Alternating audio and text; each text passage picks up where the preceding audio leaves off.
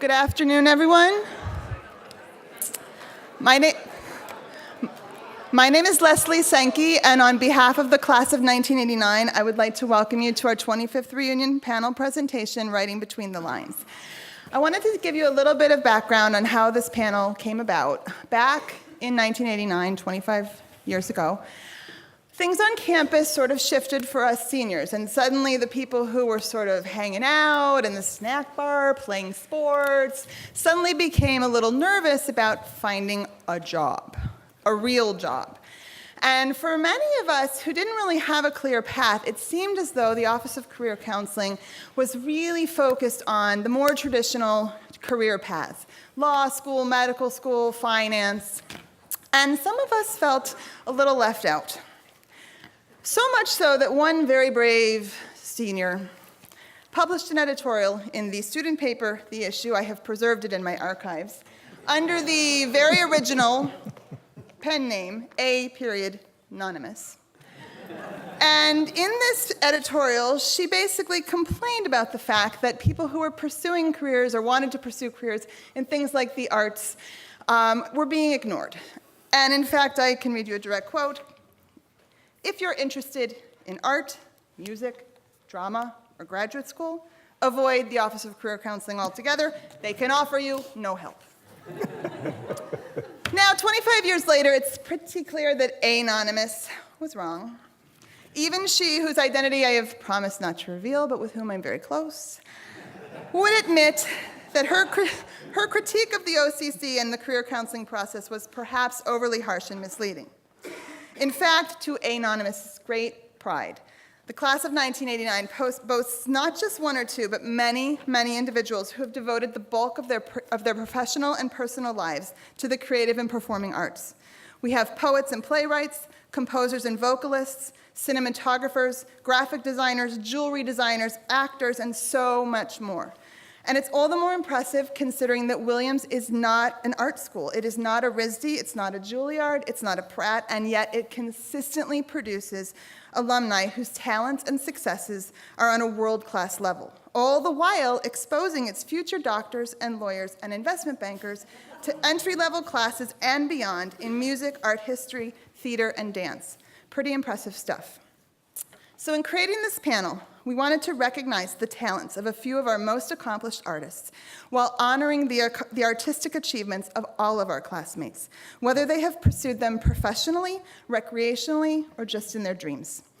It is our artists that we look to for inspiration and consolation, and it is our artists whose work relieves us from the monotony and stress of daily life as a grown-up, and for that we thank them all. I would now like to introduce our moderator, Professor Jim Shepard, who is the J. Leland Miller Professor of American History, Literature, and Eloquence at Williams. Professor Shepard is the author of 7 novels and 4 short story collections. He is also the recipient of a Guggenheim Fellowship, and his short fiction has appeared in numerous magazines, including Harper's, The New Yorker, and the Paris Review. 5 of his stories have been chosen for the Best American Short Stories, 2 for the Penn O. Henry Stories, and 1 for a Pushcart Prize, and much, much more. He is going to introduce our panelists and lead the discussion, so with no further ado, I introduce Professor Shepard.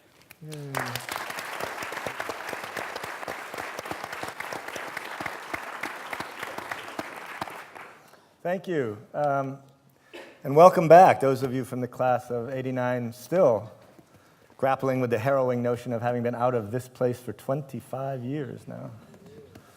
And welcome back to all the other alumni who've drifted in because they had nowhere else to go as well. Hi, Karen. Here's the plan for our hour together. I'm going to provide a short introduction for each of the panelists. Then I'm going to throw caution to the winds.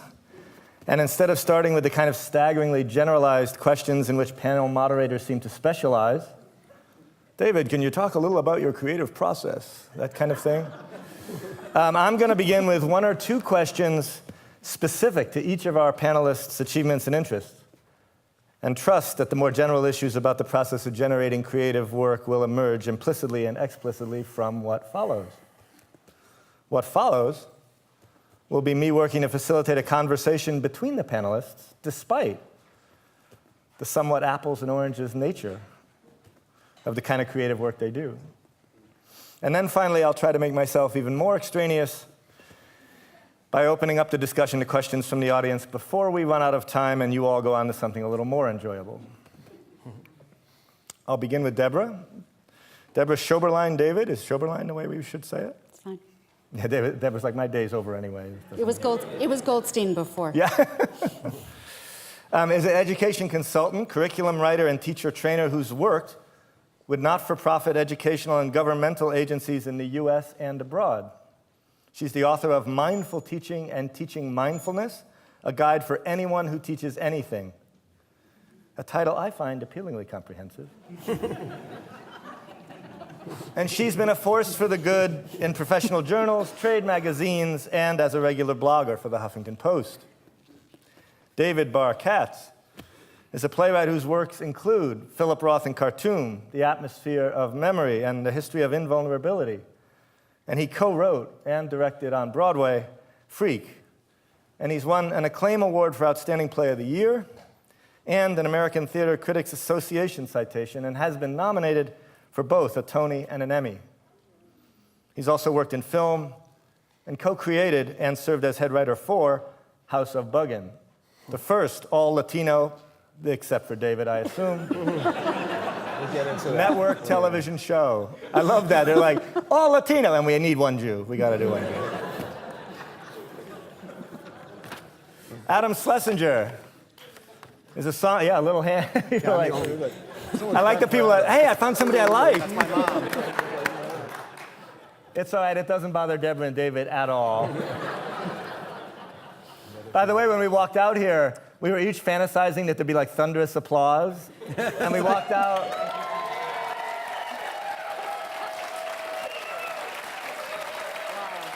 There you go. Okay. Uh-huh. Now you're supposed to say, let me hear the people on the left. I know. Here's the thing, though, if you have to ask for it. Yeah. Adam Schlesinger is a songwriter, composer, and music producer, performer, and member of the band Fountains of Wayne, along with his fellow classmate from '89, Chris Collingwood, and besides, having co-written in Stacy's Mom a song, My Daughter Would Not Stop Singing for 3 solid months. He's also written for film, television, and theater, including for the Tony Awards themselves, and has won a Grammy and 2 Emmys, and has been nominated for 2 Tonys and an Academy Award. So I'm going to start with Deborah. Are you ready, Deborah? I guess I am. Let's start with that favorite term that we were just talking about. How exactly would you define mindfulness? And how does that practice seem particularly useful for the creative process? If it doesn't, fake it, because that's what this is about. Yeah, I can begin by saying that mindfulness is really not easily definable with words.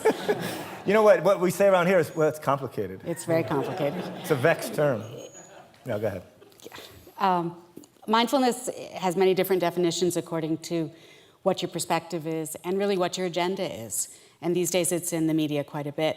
But I think a working definition for mindfulness is a set of techniques that ultimately results in a state of mind in which you pay attention to what's happening in the current moment.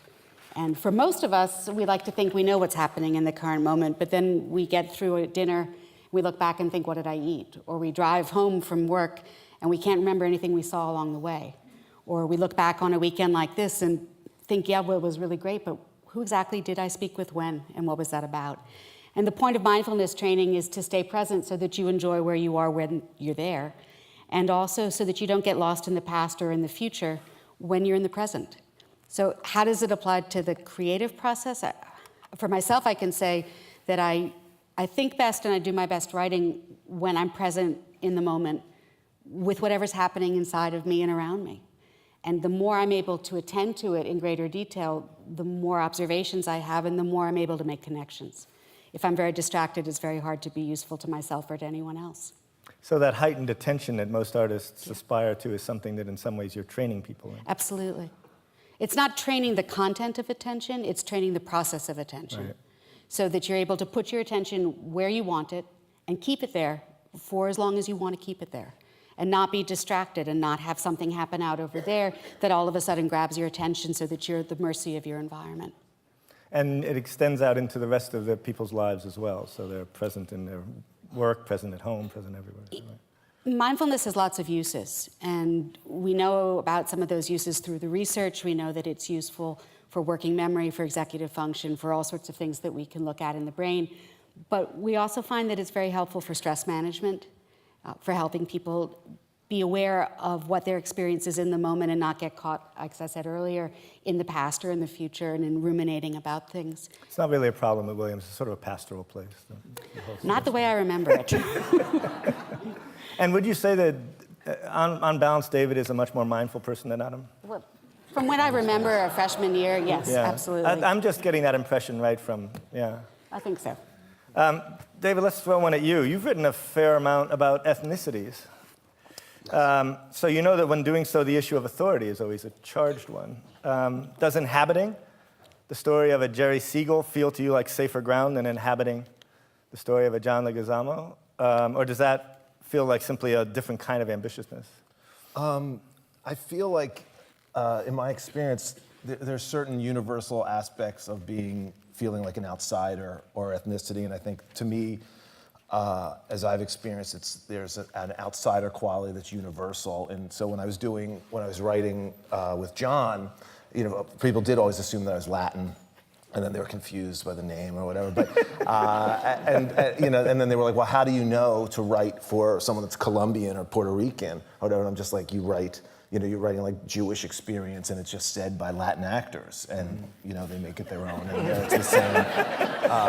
Because, you see any like stand-up, you see like it's like a cliche of like stand-up comedy that almost any ethnicity of stand-up talk about. Oh, the thing about Italian women, and whatever they're about to say, the same actor, the same performers that are Latin or African American, or just say the same exact thing all the time with obviously certain differences. But so in writing about someone.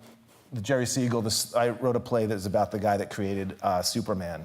And in the kind of the thesis of the play is that all these Jewish teenagers in relation to the Holocaust and their powerlessness here created kind of unconsciously these superheroes. And so for me, it was just a very similar thing of writing when I've written for African Americans or Latin people, that it's just like the idea of this people feeling outcast. And for that, it was actually specifically, and I'm sure you guys relate to this, the artistic process of when you write something and it's the way you're alienated from it once it's written. It's not yours anymore. And this is certainly in stage, once a director takes over the actors and you lose this thing that was just yours. And I feel like Jerry Siegel's relationship to Superman is the ultimate example of an artist's alienation from his own work. And with him, it was very specific in terms of ownership, in terms of no one knowing it was his, in terms of it was the biggest thing ever, and he was just this schlubby poor guy that it was ludicrous to anyone that he had anything to do with it.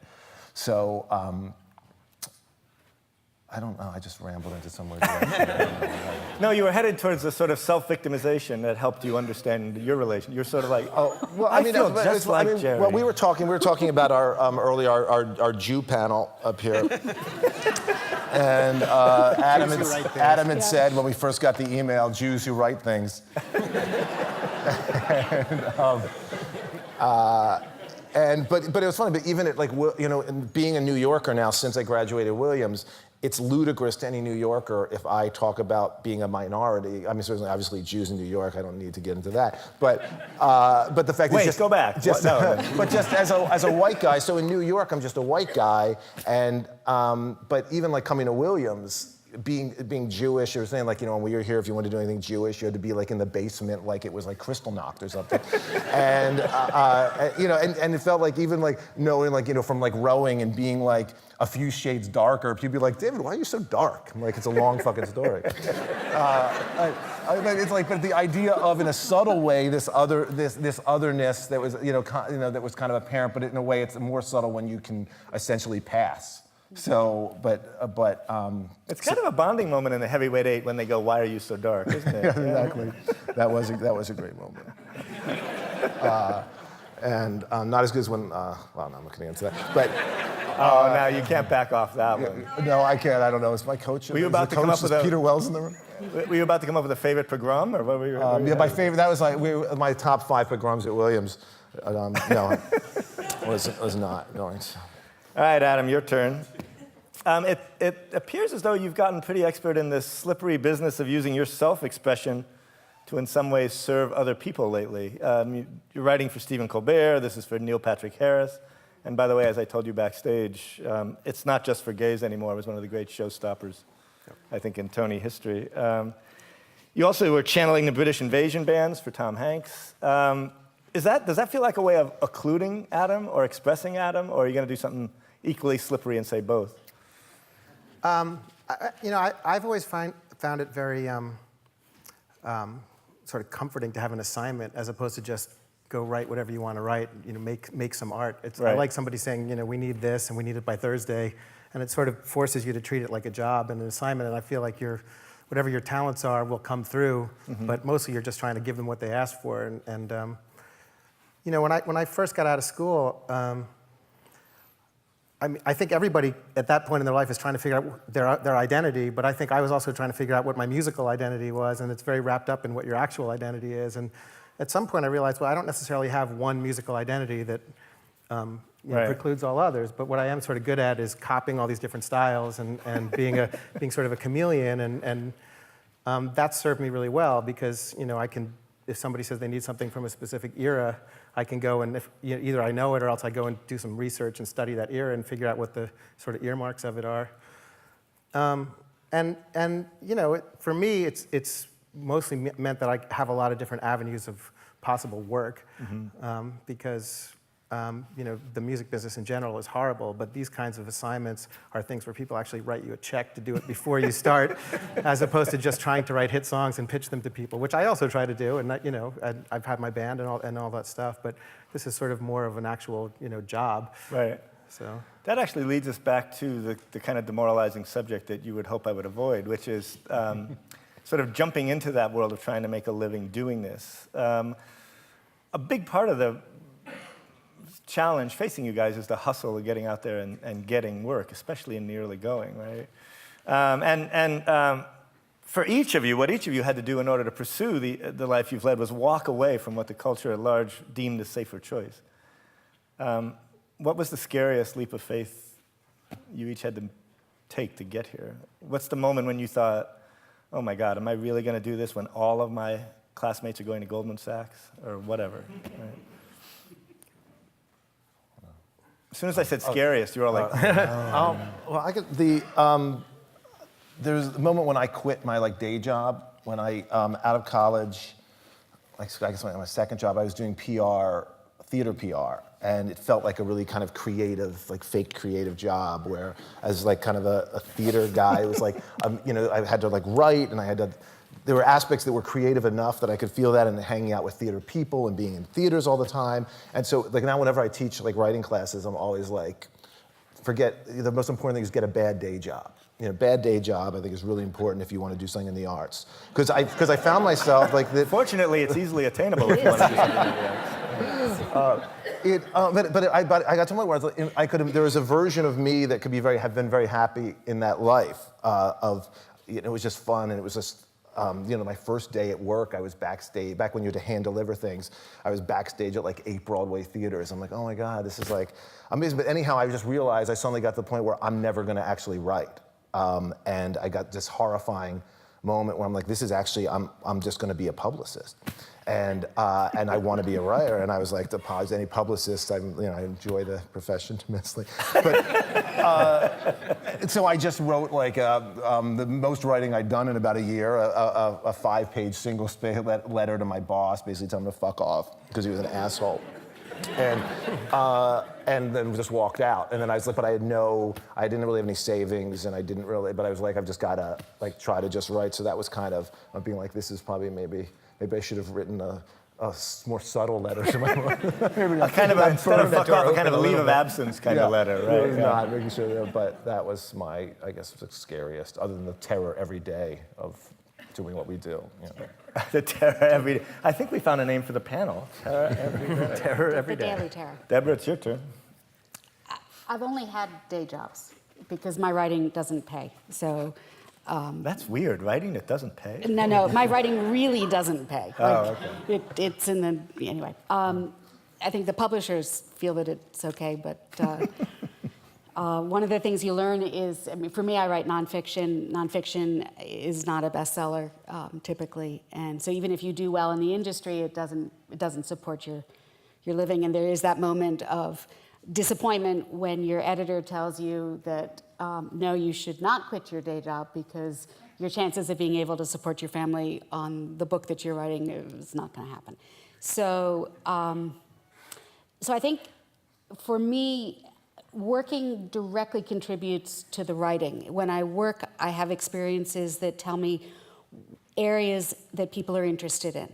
And so I think my creative process is largely responsive to the people I encounter and the issues that they present and the needs that they seem to have, and also the needs that I have when I was teaching for many years, the needs that I had when I didn't know what to say to my students. And then I had to think about it, and I found that by writing it, I could find answers, and those answers were helpful. And so Dave talked about the alienation of the sense of when your work is out there, and that's absolutely the case. You give your work to an editor, and they do with it what they want. And you either can fight them on it, or you decide that it's their turn to raise that child, and it's gone. But then there's the question of what do you carry with it, and do you carry with it looking back at it, talking about what you've done in the past, or once it's gone, does it then become a question of living in the present so that should you decide to write about it, you will, but you don't know where it's going. And I think that's a lot of what this panel is about. I was thinking about writing for the Huffington Post about coming back to this in advance, and I thought I can't write about it in advance because I haven't done it. And I can't tell you what I'm going to write about it in right now because it's not over. And you can all look in a week or so and you'll see what's there. People are like, oh my God. And there may be nothing there, which won't be something you can interpret. Which will reflect badly on Williams. No. Go ahead, Adam. I guess I just felt like as long as there were some signs that I wasn't deluding myself, I would just keep going. And you know, from the point that I got out of school, just little things would happen that gave me a sense that I wasn't delusional in trying to do some kind of musical thing for a living. And I actually had a similar experience to David, which is I was an intern at a publicity office, also a music publicity firm. And it was my first real, experience with anyone that was really in the music business. I was these two completely insane women that were like absolutely fabulous. You ever see that show? Yeah. Those were my bosses, essentially. And they represented like Sting and Peter Gabriel and all these people that were at the time like superstars. And so yeah, they would come and hang around the office. And at first I had the same experience, like, oh, this is so cool. Look at all these people coming in the office. And then I realized, wait, this sucks. I'm just going to the drugstore. I'm running errands. I want to make music. So I lasted a year there. And did you write as colorful a letter as David did? No letter. I'm not sure they could read, The actually. song there on his I'm not sure they could read. That was great. They were like, there are these marks he's left behind. What? Yeah. What can it mean, really? Yeah. Yeah, go ahead. No, that was pretty much it. But yeah, then throughout my 20s, sort of little by little, more things started coming my way. And actually, one of the first TV things I ever did was David's Latino show, House of Buggin'. He called another Latino, me, to come in to do the music. And I had never really worked on a television show before, and kind of faked my way through it. But Well, the Williams Latino TV network is pretty famous. yeah. There's the art history thing, and then there's Williams Latino TV. I mean, those two things. It's funny because just as a bookend to that, I just this year worked on a launch for a Latino, English-speaking but Latino-focused cable channel called Fusion, and so we wrote this big opening song for them to go on the air with, and it was written by my friend David Jabberbaum and myself. So two Jews wrote that. We are tearing the cover off Latino culture. Can I just say? There's going to be some news coming out of this. Yeah. Let's talk collaboration for a minute, because you guys have worked with some pretty interesting people for the most part. I mean, it's not hard to figure out why it would be fun to talk with Philip Seymour, or work with Philip Seymour Hoffman, or why it would be fun to work with Stephen Colbert or Chris Collingwood, or even with Mindfulness. It's a person. Which is a person. But what about the challenges? What about the frustrations of working with strong, intelligent people who are not you, and who have power, essentially? Are there any that you'd be willing to talk about publicly, or do we have to do this backstage? it's I find it really great collaborating with people that when they're actually better. I guess that a lot of writers, I think, don't like, you write something and you give someone a draft. You guys all know your version of this, and you really just want them to say, "Oh my God, that's amazing." You say, "Oh, could you give me notes on this?" You don't really want notes. You want them to say, "This is amazing." So working with people. So Phil was the example of. Everyone knows it in terms of his acting, but in his mind, truthfulness. And the ability to find any false note. And so being able to give someone something and have them be like, why are you doing that? I know you're doing that because you think it's this and this, but it's fake, come on, just lose it. Or like, you're trying to be entertaining there. Why are you being entertaining there where you could be actually real? Right. So why are you sacrificing reality for? So things that are, that kind of just making stuff better. I always just love when there are people like that, and luckily, and there's not that many of them. As we know, that their bad notes are everywhere, as we know. But so to me, that's the best part of essentially being wrong. And I think it's really great as an artist to be wrong and have someone be able to guide you in a way when you think something's great, right, and someone's like, no, actually, it's not, and maybe this is a way it could become that. I think it's a great experience.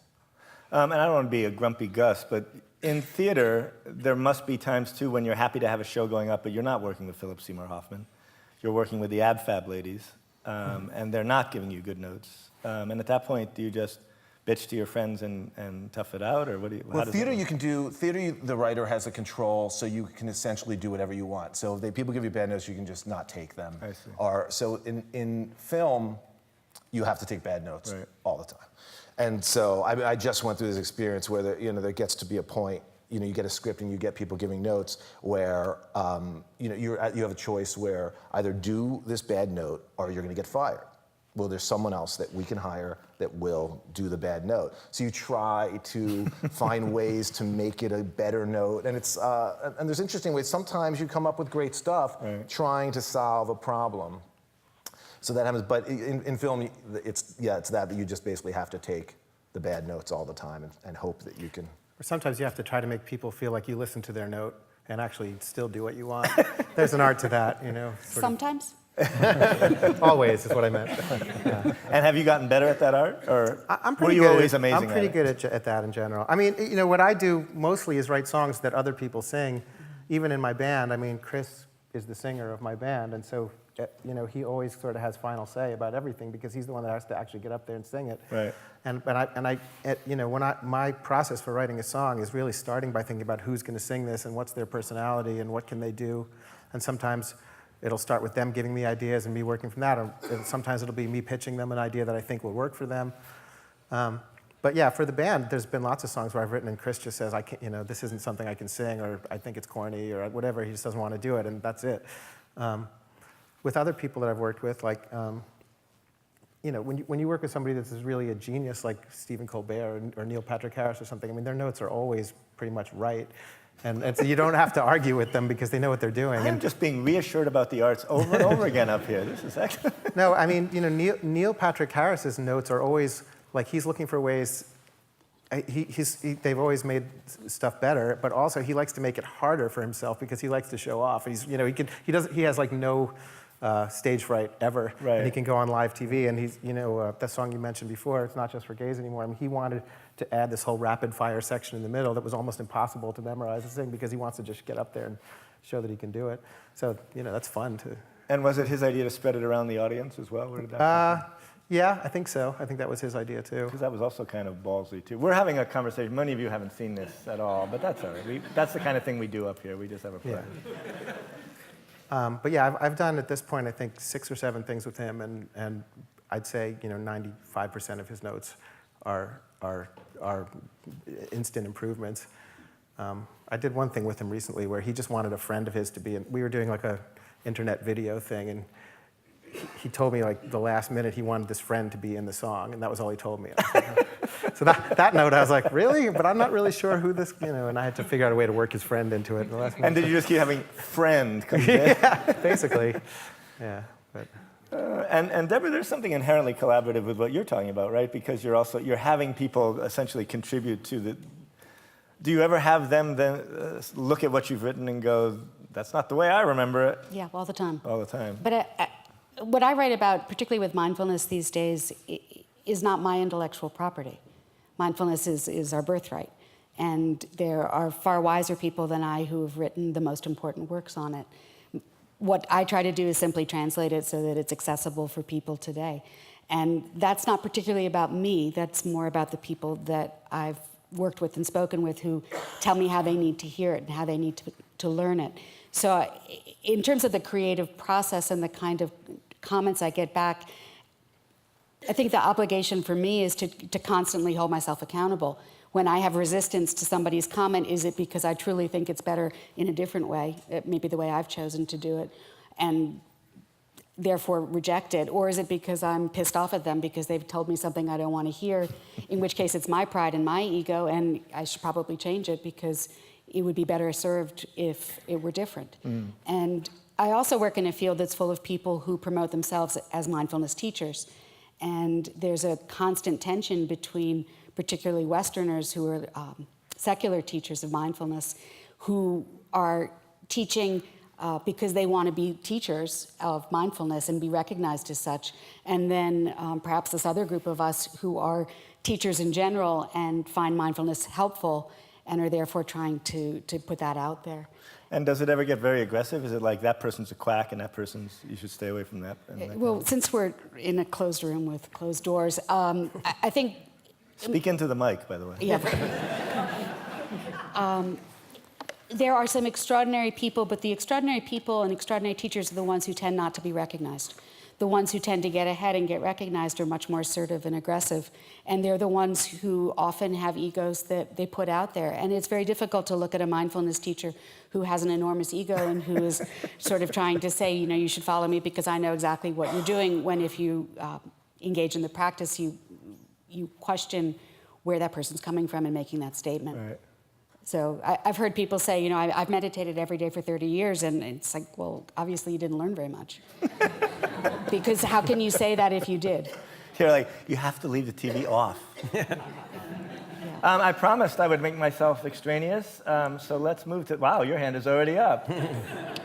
All right, we have a first contestant over here. Go ahead. I want to reference a show that you did, Adam, that I loved called The Wedding Band. Oh my God, I think you're the only person that saw that show. But Was it on TBS or TNT? it was on TBS. TBS was a show, and it reminded me of what you said about channeling other people's assignments. It was about a wedding band, literally, and they would do these great songs, but in the style of like country west. I don't remember all the songs, but it was really hilarious. I was Oh, very thank you. I wish there were at least 10 other people like you in the United States. I readily admit that, even as a liberal arts graduate. I love that show. So what I want to ask the whole panel is, when you have something you've created that I think you must have enjoyed doing it, and you can talk about this, what happens when you don't get to do it anymore? What happens to the thing that... That was great. There was a sound over there. What happens I mean, you thought would be... Can you repeat the question? What happens when you created something that you've enjoyed creating, and if you saw the show, it was hilarious? Okay, that part you don't have to repeat. But what if you created something that you enjoy creating, but other people don't appreciate it, and it goes... I mean, to be honest, probably 9 songs out of 10 that I've written in my life. I've only written 10. No, but not 9 out of 10 nobody ever hears. I mean, most of them go nowhere for one reason or another. That show was actually more of a production job than a writing job. Most of the songs that were in the show were actually cover songs, and my job was to just reinterpret them. But there were some original songs. I talked them into letting me write some songs for the show, but originally it was just all cover songs. But yeah, in general, you just can't get depressed about things going away, because that's usually what happens. And you know, you work on pilots that don't get picked up for TV, or you write songs, you know, for so many reasons. And you just have to kind of accept that as part of the gig, and otherwise you'd kill yourself. I mean, it's just, you know, some of my best stuff like nobody's ever heard, I think, and like, what can you do with it? I think for me with the Huffington Post blogs, they're short, and so it's a great discipline because they have to be about 600 words. And over the last 4 years, I've probably written 60 or so of them. The ones that get the greatest play are the ones I typically like the least. the ones that I like the most, usually I'm lucky if I get 5, 10, 15 readers on. And so I tend to use it as a way of testing out ideas and testing out voices. And I can think something's going to go great and expect people to pick it up and have it go viral, and it flops. And then I have to make a choice. Either I write for myself and I keep publishing it because it's what I want to do, and I don't look for the affirmation because it probably won't come. Or I recognize that there isn't a market for it and that the market isn't purely commercial. It's what connects and is meaningful for other people. And if my main purpose is to do something that makes a contribution, then I have to shift how I do it so that I can achieve that goal. I feel pretty similar to what Adam said, that in the art, when you're a writer, you're basically signed on for constant rejection. I mean, that's basically your life is more or less, so whenever anything, I've been working on this, but essentially when anything good happens, there's always a sense of relief as opposed to it's like, oh, because you're just expecting so as Adam said, there's a mindset of you take the disappointment and you keep moving, and because you just have to, and you get kind of used to it. I think once you've been doing it for a long time, that it really is just the landscape of your life is sort of about that, and you just know it, and you can maybe take certain personal satisfaction in having written something that you like, or a small group of people that actually know it, that you respect, and they like it, and you have those sort of little victories, but it's really just kind of, as Adam said, I think you just kind of have to keep moving. And even the most successful people in any creative field, most of what they do still flops. I mean, it doesn't get, the odds don't necessarily get better just because you have bigger hits in some field, Thank you. Other questions? Now we know All right. you have them out there. Yeah, go ahead. My question mainly has to do with forms of art or expression. Say you have an idea or at least something that you want to share, and you don't know whether it's meant to be a play or a song, or really how, what your form of expression or how to share a story would be. Okay, the question is, how do you know when you have an idea what form it should take? Where do the generic markers come in? When do you say this is a song and not, in fact, a mime piece? You can try different styles and try different voices. In my experience, when you get it right, it flows. If you have to work too hard at it in any of the other ones, then it's not a good fit. And so it's trial and error, and sometimes it's not the form or the voice that you expected to work with in the first place, but you know it when you hit it because it's natural.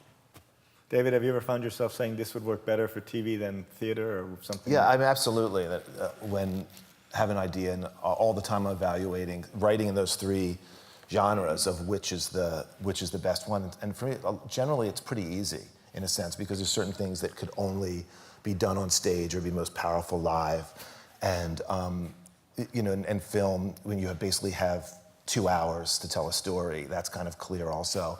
And now what's going on in television, it's a whole new thing. So it used to be for character development, if there was some really interesting character, I'd be like, well, I can only really do this on stage. And now television is an outlet where you can do character development that's better than anything that's ever been done in any genre, I think, including novels, which novels used to, I think, have the lock on that. So for me, it's kind of clear. And sometimes you screw up. Sometimes I write something and then no, actually, it should be this. But in terms of what each medium brings, to me, it tends to be pretty clear. And since song is not an option for me, that's never sometimes maybe this would be a good poem. And I'm like, no, it's not. Yeah, I mean, I don't know how to write anything else really. So for me, I just think in terms of what would make a good song, and it's a different craft. I wouldn't know how to begin writing a short story really, or writing a novel or anything. So for me, it's more of if I can reduce something to be song size. But then sometimes people have come to me and said, oh, I think this song would make an interesting basis for for something else, for a movie. And I said, please, go make me more money from this. but in general, I just think in terms of, what can be reduced to 3 minutes. So. And what about, do you find yourself with a song idea going, this is really more a Tinted Windows thing, or this is really more a... I mean, in that case, are you thinking about who you're going to be running this by? Or? Yeah, I mean, I always start by thinking about who it's for before I do anything. I don't really ever write in a vacuum and then see where I can put something. I sort of have to be thinking about what it's for before I do anything. Okay. So even like if a melody came to you, you would say, this is for Chris. I mean, I don't even really. You don't have melodies. I don't have. No, I mean, melody actually comes much easier to me than lyrics do. So I try to force myself to start with lyrics most of the time because a lot of times, if I have a lyric or a title or something that I like, I have faith that I'll figure out a way to make it work melodically. Right. But if I go the other way around and I write a melody, I can never figure out how to put words to it. It just ends up sitting forever. So it's not the Paul McCartney scrambled eggs kind of thing, right? Where you, I wish I could write like that, but it's never really worked for me. instead, I should imagine you going, Stacy's mom. No, but it's interesting though. I mean, you can have a lyric on paper, and then depending on how you sing it, it completely changes the meaning of the words. I mean, Oh yeah, we're all something on that board seems, for that. Yeah. It can seem suddenly weirdly sad, or it can seem completely ridiculous, just by speeding it up or slowing it down or making it minor or whatever. So. Cool. Other question, way in the back there. You guys set aside time for writing every day and have a discipline, or do you wait for inspiration and follow it? I wait till the last possible minute. That he learned at Williams, by the way. That's true. That's true. I mean, it's a funny answer, but that's really the truth. I'm very lazy in general, and I have to give. If there aren't deadlines imposed by somebody, then I actually have to create them for myself. Like if we're doing a record, I'll say, we need to book this mixer to finish the record on this date. So and even if it gets moved, there has to be something that you're shooting for, because otherwise it can just go. It seems like it just takes however much time you're given. I tell my students that, in fact, part of what draws them to fiction writing is a propensity for laziness and a desire to procrastinate, really. Those are two of the central things that pull them in. Do you guys, David, are you and Deborah ready? I mean, anyone here that knew me at Williams can probably extrapolate that I do a little work every day, so I'm not stuck at the end of when the deadline is upon. For me, my technique is very similar to Adam's. It's tied in with self-loathing. When the self-loathing gets to such a great one where there's actually nothing else I can't even bear to look at myself because I put it off so much. That's when it gets done. And Deborah, you're a little more centered and mindful. I'm just not as creative. It would be nice to set aside every day sometime. I don't do it. But I also find that having deadlines is very helpful. And there comes a point also where whatever it is that's inside that wants to come out in words has to come out. And I guess it's only fair that since I'm the only female on stage, I can make a female analogy, but it's sort of like being pregnant. It gets at the end of being pregnant, you just want the baby born. And writing is like that also. At some point, it just has to get out. This is great. As you were saying that, David was going, Yeah, well, I was going to use that metaphor. he's got and 4 kids. He's got 4 of them, so he's been through it. But seriously, so it's not that I never found writing works 2 hours a day every day like that. It's more several hours one day and then nothing for 2 days and then something else. But overall, in terms of the increment of it, there comes a point where it's done. And then you move into the next phase with it, or you let it go. Other questions? Yes, back there. Hi, I've just come from my daughter's 9th grade graduation, and one of the messages was to go forth and fail. And you guys have sort of touched on this a little bit. The idea was that your failures are the things that you learn the most from. So I'm interested, each of you, what your biggest failure was, and we need another half an hour. You want their biggest failure, and then the second half of your question was lost amid the general snickering. what have you learned from that failure, and how has it informed your career going forward? Okay. I can give you a conventional answer, and then I'm going to do what we're allowed to do when we sit up here, which is change your question. The biggest failure that I had was the first draft of my second book, which I sent to the editor and thought it was great, and he basically said to me, look, I'll publish it because I guess I have to, but it's really terrible, and so you should go back and fix it. And it was devastating. And I went back, and then I said, you know what, he's right. And I went back and rewrote it, and it was much the better for it. So in that sense, it's along the lines of what came from the 9th grade graduation. But I cringe when I hear the go forth and fail thing, because I think the words that we use are so terribly important. And if what we mean by go forth and fail is a subtext of go forth and try things where there is a risk of some kind of failure, because the trying is what's important, I would much rather say that directly. Because if we say go forth and fail, we will fail. And the words that we use to describe our intentions are the words that define us. So I would hope that instead of saying go forth and fail, even though we know that it's a catchy way to say something bigger and better, that we can say go forth and give it a shot and see what's out there and try it and use the measure of your success according to what's important for you, not according perhaps to what's important for the culture of the society at large. A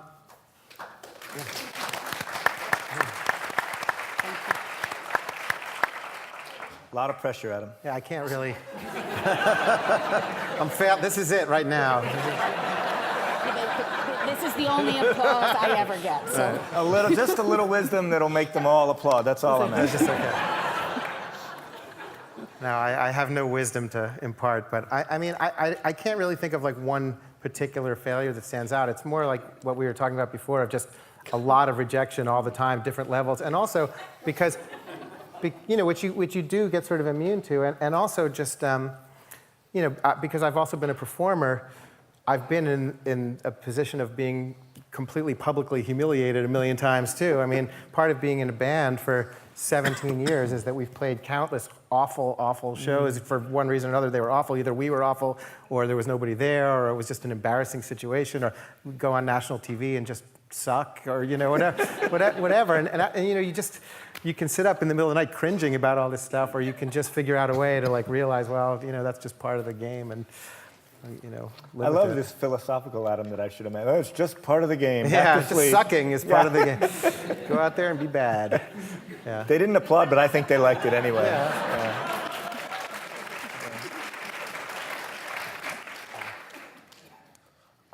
I think what you said that was excellent about talking about failure that way,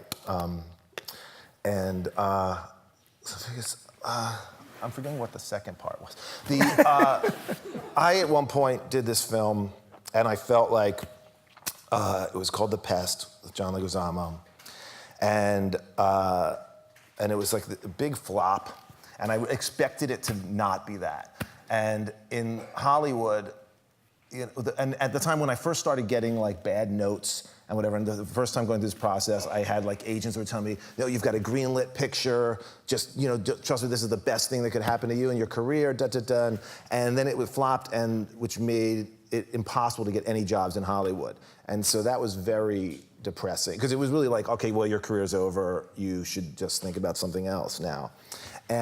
But the lesson that I had taken from that was I wasn't honest in my writing. I wrote something and I just sort of compromised myself. And so I thought, all right, well, I'm just going to try to be honest. And then I went on to write something else that was successful, and that was, the point was being kind of clearing my system and trying to just write what I want, not writing for anyone, just writing for what I believed in or felt. But then the other side of the failure of this, I'm thinking, is like recently I did a play in New York that was, to me, it's Adam and I worked together on this. Adam wrote some songs.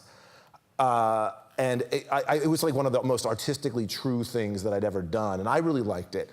But it was slammed. It was like sort of totally, so it was technically kind of a failure, but I felt like artistically, the people that I cared about kind of got it.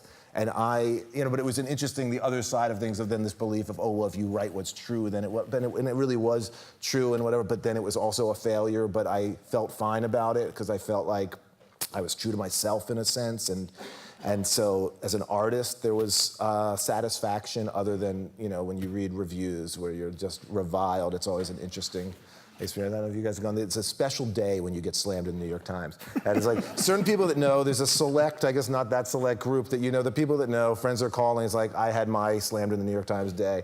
And it's hard, but... You also, in theater, though, can take a little solace in the fact that the play will survive, and the play might get produced somewhere down the road. Right? They're unlikely. Well, so it was, I mean, I get a sense of how you deal with solace. Well, David. it was, no, it's Unlikely. It's a play. I mean, the other thing is not whatever, but it plays outside of New York, other than certain theaters, like region. It was a subject matter that could only be done. I wanted to give Adam, maybe you could do the song, the intro that you did, the lyrics of which. I don't know what you're talking about. See how they desert the sinking ship? Yeah. But it's great because not that's theater. involved. It existed at a moment and then it's gone, and that's what's great about it, and all that. But I mean, there are things that can work even after getting slammed by critics, but they usually have to be sort of crowd-pleasing things, like, you know, Wicked or something. Right. It's like, you know, it got terrible reviews, and now it's the biggest theater property of all time. Right. But this wasn't Wicked. It was. He means that in the best sort Yeah, of in the way. best Right. Adam's like, this was no Wicked. Okay. Trust me. No, yeah, I mean, Yes, sir. I have a question about enjoyment. Because obviously it's rare to be able to have a career as a creative person. A lot of people aspire to that, not many of them are able to be successful doing that. But the art itself, you have this moment when you're, the hell of the day job, I'm doing this thing I'm passionate about. Does it get better and better over time as you get more refined? Are there good days and bad days? Okay, the question is, do you enjoy the process of actually making the art, right? And does that get better? And as much as you ever did or more?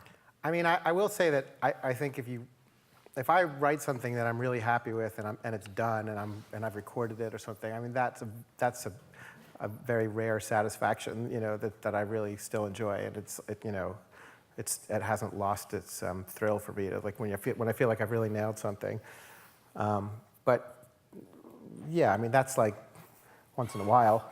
You know, a lot of it's just work, and a lot of it's just, you know, like we said, avoiding deadlines.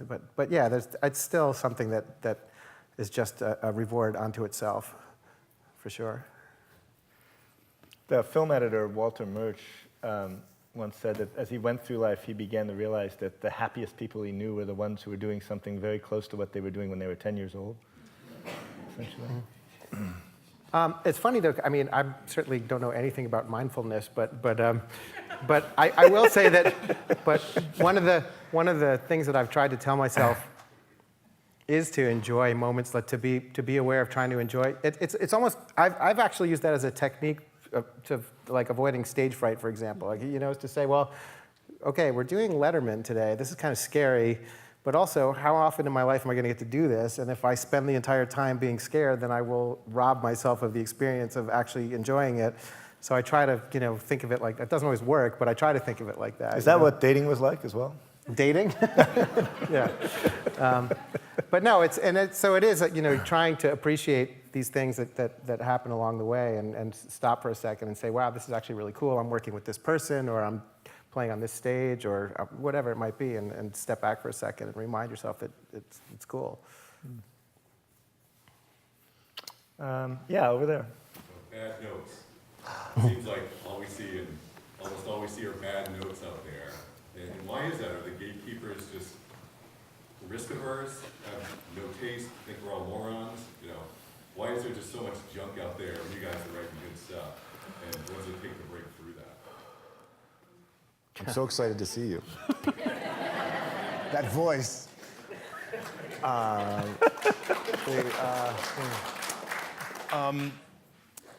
mean, it's, you know, things have changed. I don't know, this is interesting because every time I've gone to LA and had to do like meetings over, I always get back and I'm always like, everyone's an idiot. I cannot believe how stupid this person was. I cannot believe the note I got. I'm constantly like just shocked by that kind of stuff. And then recently, this gets to what I was saying that you all already know, which is how television is changing.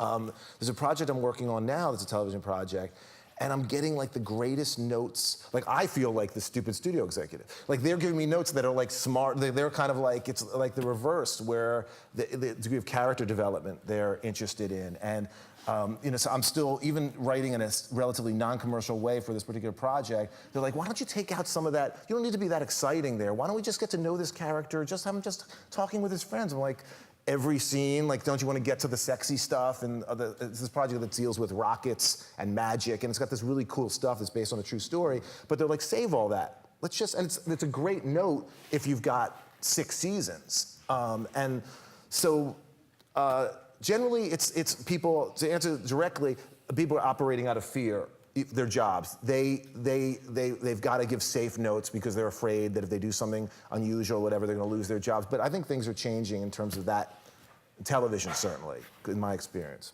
I think the notion that you can write something and have it judged on merit, probably the last time I encountered that was at Williams College.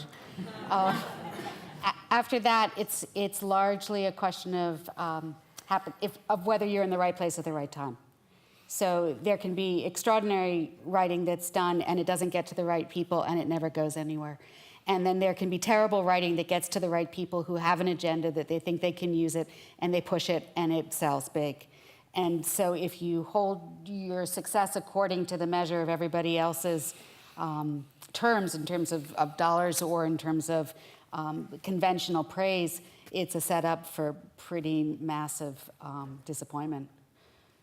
There's that word again. I think there's a direct relationship between the amount of money that's at risk and the amount of notes you get too. And I think that, you know, if I just sit and write a song and nobody's asking me to do it, I can do whatever I want. And the more people start like putting expectations financially on whatever you're doing, then the more they want to give notes. It's like, I don't know if you're a fan of Louis C.K., but the show that he does, you know, he did a show at HBO before that was not so great, and part of the problem was that he felt like he just got noted to death and it turned into something other than what he had in mind. So he went and tried again.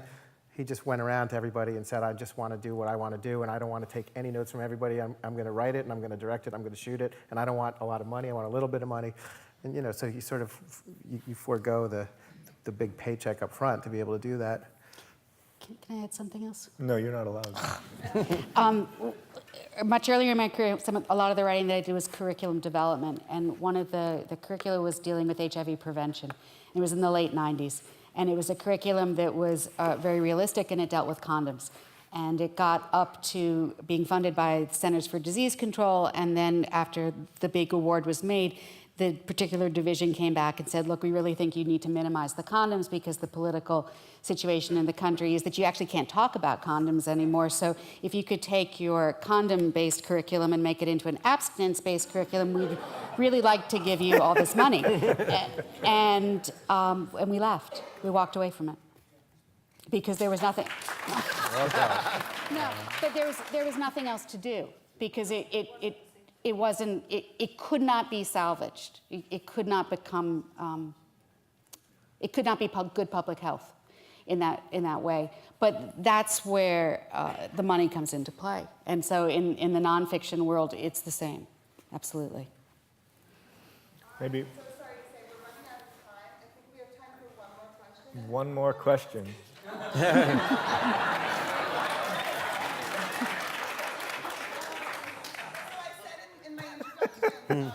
Williams is not an art school. It's a liberal arts college, which is a totally different animal. And I'm wondering, for the three of you, did you ever regret not going to a traditional arts school? And conversely, what did you find at Williams that helped you begin and continue your career as writers and artists? I'll take my answer. Who was that? No, go ahead. I didn't want to go to a music school because, you know, I think especially for popular music school is a pretty terrible idea. Right. And, you know, I don't want to go take a class in, you know, microphone twirling technique, which they actually offer. But, you know, I mean, mostly what I did at Williams is take classes that required writing a lot of papers. I mean, I tried to actually avoid signing up for any classes that had tests. And so I wrote a lot, and I got a lot better as a writer, and I think that, you know, that directly affected what I ended up doing. Mm-hmm. And also, obviously, you know, I met Chris Collingwood here, who I ended up being in a band with for 20 years, and you know, I met a lot of creative, artistic people here, and but yeah, going to an art school, I think would have been limiting. All right, Deborah? I don't conceive of myself as an artist, so the question's not completely relevant because that's not the nature of my work. Right. But probably the most meaningful thing that happened for me in terms of writing was something that happened my senior year, and I had Bill Muma as my professor for environmental studies, and I wrote a paper for him that was supposed to be one thing, and it turned out to be something completely different. And instead of slamming me on it, which is what I fully expected, he said, well, I can't really grade you the way I was going to grade anybody else because you didn't do what everybody else did, but what you did was good. And that made all the difference, because it was the first time that I wrote something in a voice that was mine, and that wasn't just trying on something else. And your question about what's the right format, you try on lots of different voices and they don't really feel right, and then you find one that works because you can actually speak it. And to have somebody who you trust tell you that it's good, and today it's my husband, tells me that it's good and tells me that it's bad. And if you trust the person and you get that, then it makes a difference. And that began for me with Bill Muma here. David, that gives you the last word. All right, then I'm going to be a little bit more like think of some philosophic issues in terms of our class and being back here, because I was wondering, like, in this panel and thinking about it, and Williams, has got this reputation of being for a liberal arts class, so uncreative. People, if you want to go to a good school and be creative, in our day it was go Brown or Wesleyan or Oberlin or something. And I think about all my friends here. I think about the arbitrary nature. Like for me, it's like, oh, well, you're an artist. You had to be an artist. There was no other choice for you to write. I don't feel like that's true. Senior year, I didn't really know what I wanted to do. I kind of wanted to be a writer, but I didn't get into Jim's class. The odd thing is only 2 people applied. So everyone was doing the investment banking interviews, and I lined those up too.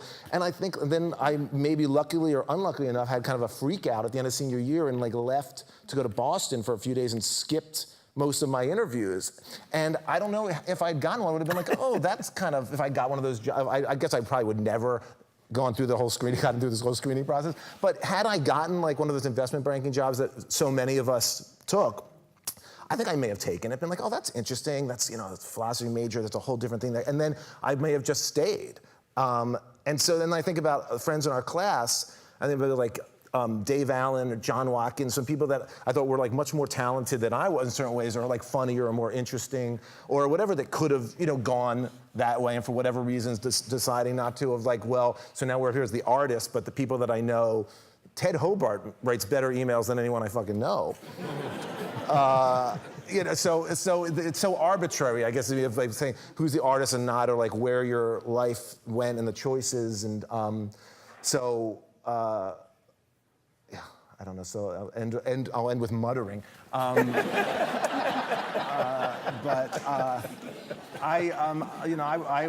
at one point in freshman year, I made the choice not to. I felt like I had to just choose between theater and rowing. And I thought, well, I have the rest of my life to maybe do the arts, and here was a very specific time and place to do specific things. So I feel like if I went to an arts place, I would have just been hanging out with people that I'm basically spending the rest of my life with. So I value my relationships here and this place for all the uniqueness and the things that it gives me that are unrelated to what I do now. See, that was non-muttering. Well, I pulled back as I saw where it was going. Thank you, panel. Class of '89, ladies and gentlemen.